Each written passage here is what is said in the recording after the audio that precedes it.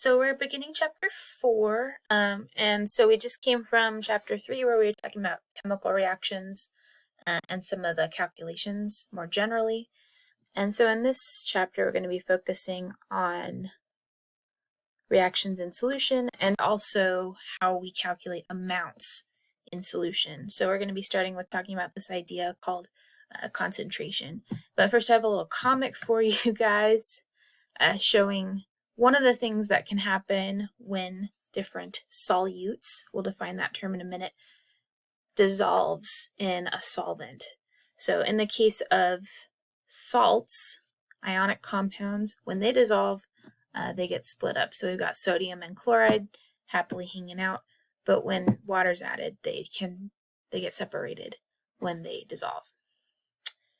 So we'll talk a little more about that process, which is called dissociation, in the next video. But for now, we're just going to be thinking about the amounts that are dissolved.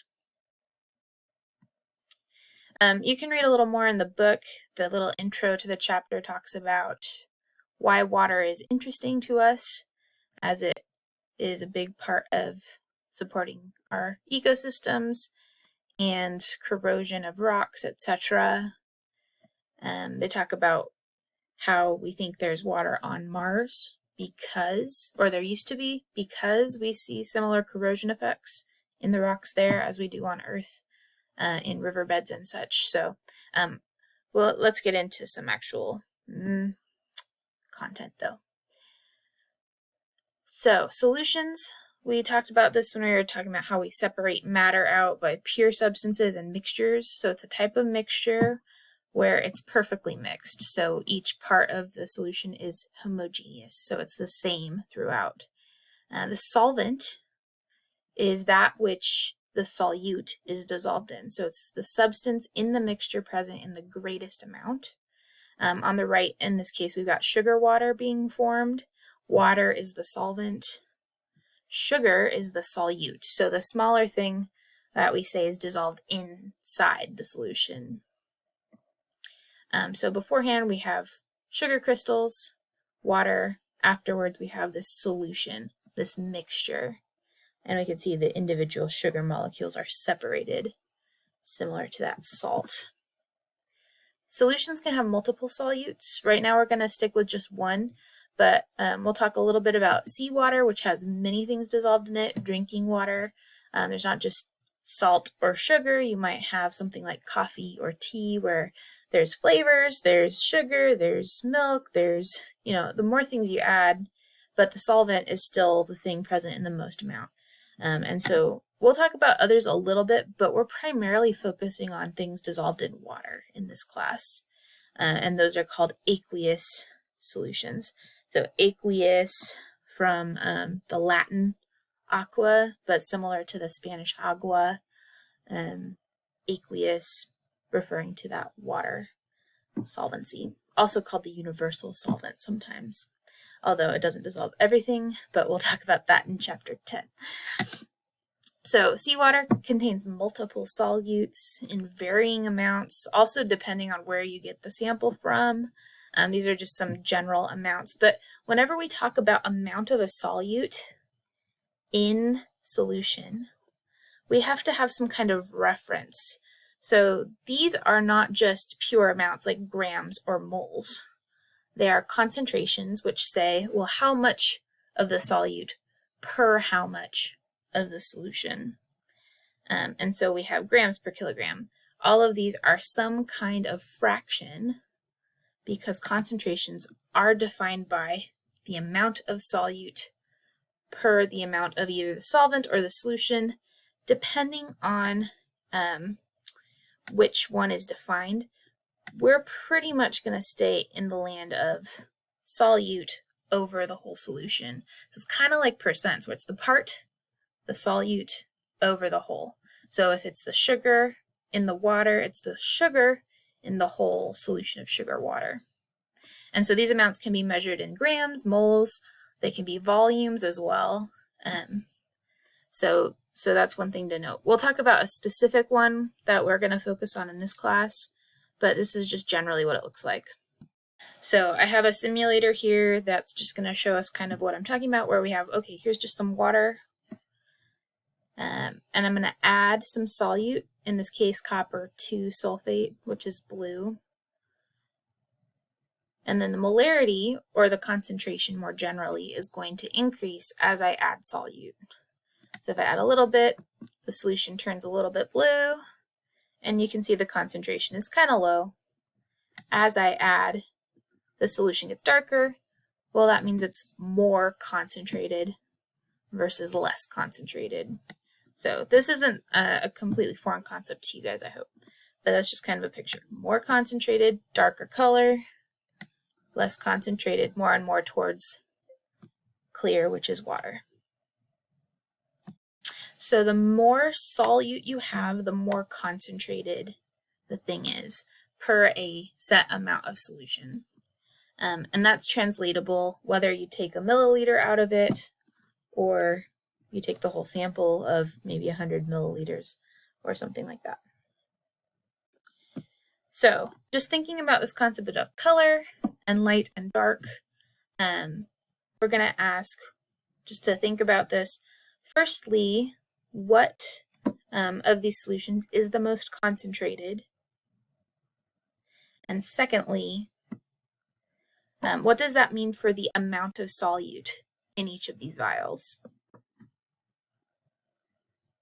So good. So A is the darkest, it's the most concentrated, and since these are roughly about the same volume, it also means it has the most, just as far as amount or grams of solute dissolved.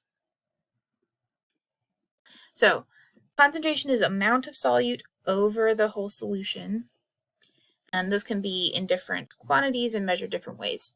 We're going to talk about molarity, which is moles of solute per volume or per liter of solution. So if I'm doing this in units, it's moles per liter.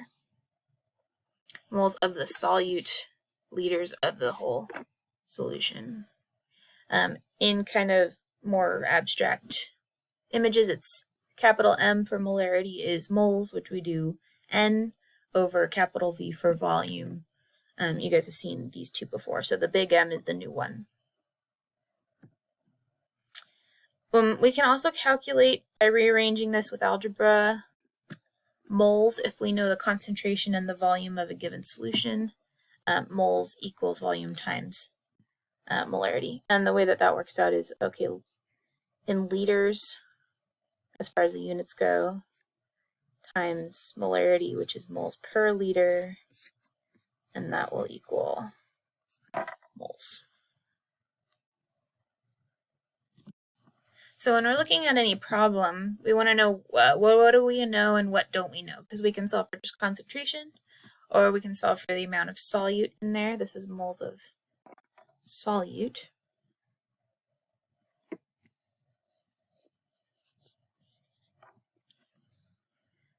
Or we could take that moles and even calculate grams. So we saw in chapter 3 how to do that calculation, where we take moles, multiply by the molar mass, and get the grams that are dissolved in that given amount of the solution. So I've posted these to Canvas, but you can kind of walk through this. But we know that moles is mass divided by molar mass, for which we need the chemical formula to find. And we can also find mass directly if we substitute that in for N. So N equals V times M. So instead, we're substituting in mass over molar mass to directly solve for mass, which is all fine and good, or you can do them stepwise one at a time. So we've got one example. I'm going to show you guys how to do that. If we look at the units, they also cancel out. That's fine. But let's actually see an example, and then I'll have you guys try one at the end of this video. So, what is the molarity of an aqueous solution prepared by adding 36.5 grams, so there's an amount, of barium chloride to enough water to make 750 milliliters of solution? We have barium chloride BaCl2. You would have to find the molar mass, which I'll just give to you right now since it's an example. We got, 208.2 grams per mole. So, if you want to double check that with your periodic table, the practice could not hurt. So we're trying to find the molarity. So we're going to use this equation, which we saw a few slides ago. This is really the meat and potatoes of this chapter and this lesson. Molar or concentration in molarity is equal to moles per liter of solution. So here's something that looks like the volume that I need, and I have to get grams somehow to moles. Barium chloride is my solute.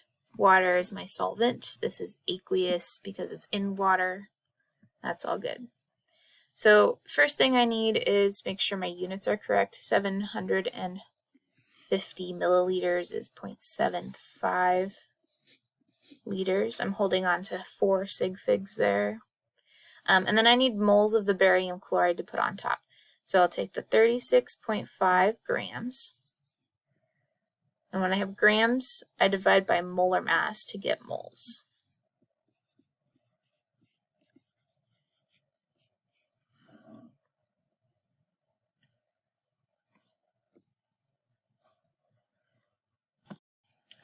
So that will be 0.17531 moles of the barium chloride.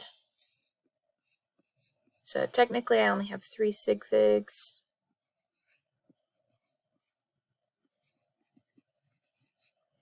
Now I'll divide by the volume because it's an amount dissolved in a volume. And that's concentration.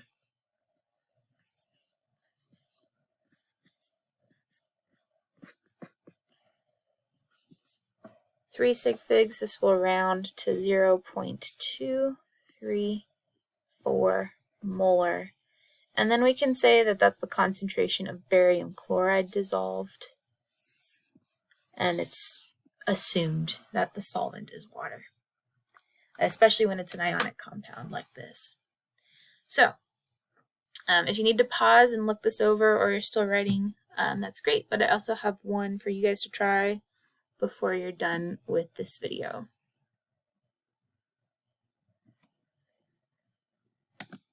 So here's your question, and then after you guys answer it, you also have an option if it feels a little shaky still. Find moles of nickel chloride, and then you can use that same simulator. I'll link it into the question. So either solve or use that simulator to try it out.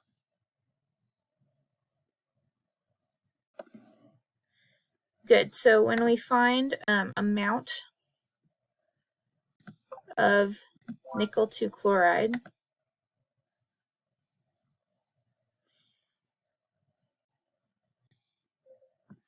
you're going to push solution values, 750 milliliters.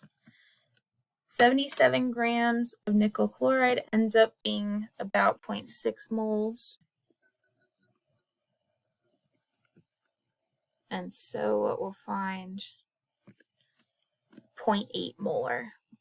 So I will show the full worked out solution as well, in case you need to edit any of your notes.